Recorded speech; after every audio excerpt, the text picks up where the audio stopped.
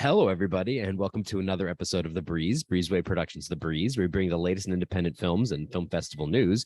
And we have with us today the director, writer, and actress in the film Midday Black, Midnight Blue. We have Sam Soule and Chris Stack. How are you guys? Good, thanks. Nice to be here. Well.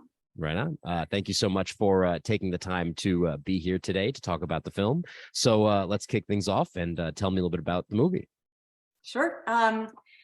Midday Black, Midnight Blue came about because Daniel Talbott, who is our co-writer, co-director of the film, and I have long loved the actor Chris Stack and have long dreamed of making him come out of the New York theater and get in front of the camera as a lead actor.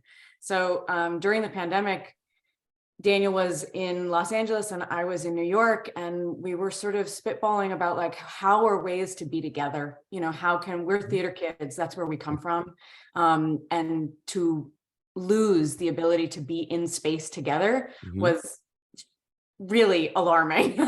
And so we were trying to come up with a way that we could do it and could bridge gap. And Chris is one of the people that we always want to be with. So we sort of pitched him out this idea, and he graciously said okay to the wild ride that we were sort of coming up with.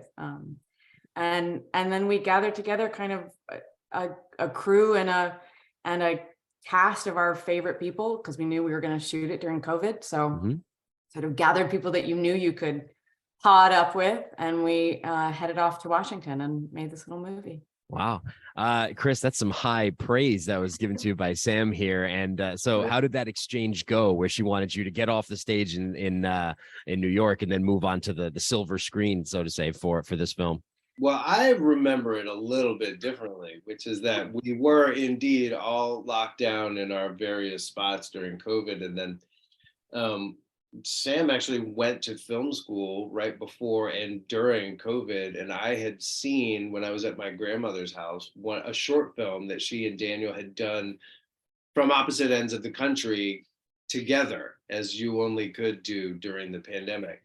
And I called Sam and I called Daniel individually after I'd watched the short film probably 5 or 6 times. It was just said how moved I was by it, and them joining forces, me knowing Sam for so long as this kind of artist, and knowing Daniel as so long for this kind of artist and these kind of friends, that to see them come together and create this thing was just really moving to me. And Daniel right out of the gate was like, well, why don't we all make something together? Let's do a short, let's do a feature, let's do a longer one. And I said, absolutely okay. And then they wrote this script and handed it to me, and I was like, okay, but who's going to play that guy?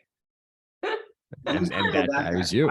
I'm gonna play the checkout guy at the grocery store, clearly, but who do you got to play this really challenging role?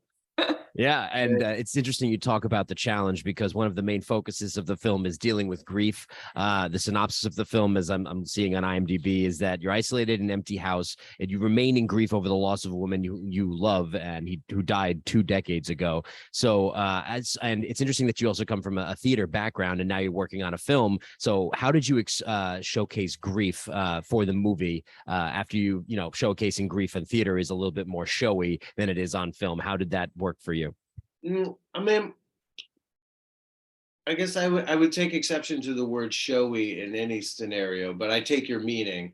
I think in my experience, focusing on the positive is always the way to go. Instead of the depth of the negative, it's the loss of the positive.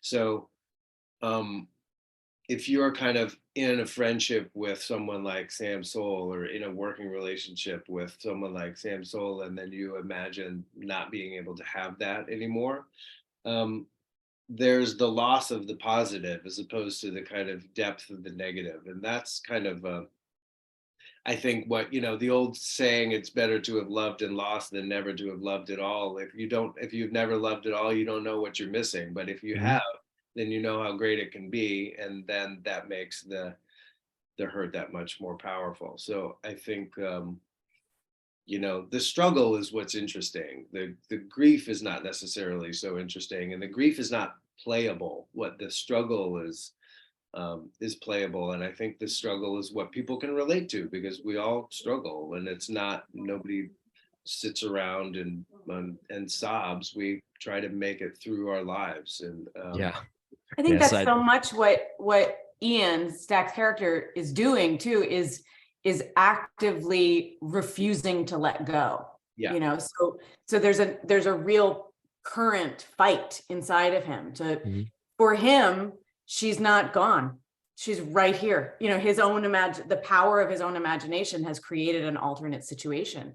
And I think, you know, Chris and I are really dear old friends. And initially it wasn't my intention to play Liv in the film, but it felt like such a wealth of love and friendship and trust between us. Why would we leave that cash on the table? You know, like bring that onto the set and let that be the thing that we don't even have to try and create. It's just true, you know. And yeah, it's good that the relationship is there between both of you, so that you're able to play off of each other well, and that you were able to, you know, have that on-screen and off-screen relationship, which really kind of helps the performance thrive. And my next question, or my final question, is that you also were a writer on this project, Sam, and that, you know, writing is everything. We're currently living in a time where the writers are currently fighting for their jobs, as most people know, with the strike that's going on.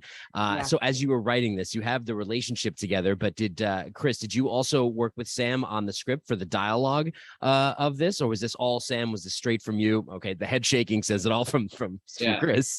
But I will just say that we would love to circle back and talk more about that once we reach a fair and equitable deal with the producers.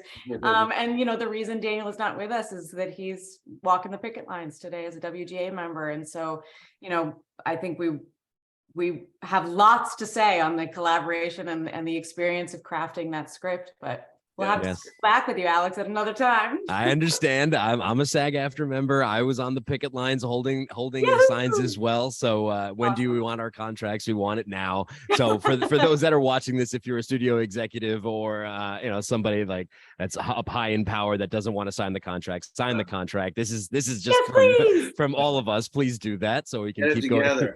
Doing our work. Okay. I would just offer on that front, you know, and not to flog a dead horse, but, you know, when it comes to what I contributed in terms of writing, there was nothing. So without what the writers do, there is nothing for the actors to do. And there's nothing for the producers to produce. PS. So get it together, folks. Getting it together is what they should do. So we hope that the studios end up doing that. And I want to thank you both for taking the time to talk with me today, Sam Soule and Chris Stack, about your film that is coming out, Midday Black, Midnight Blue. And thank you for stopping in to talk on The Breeze.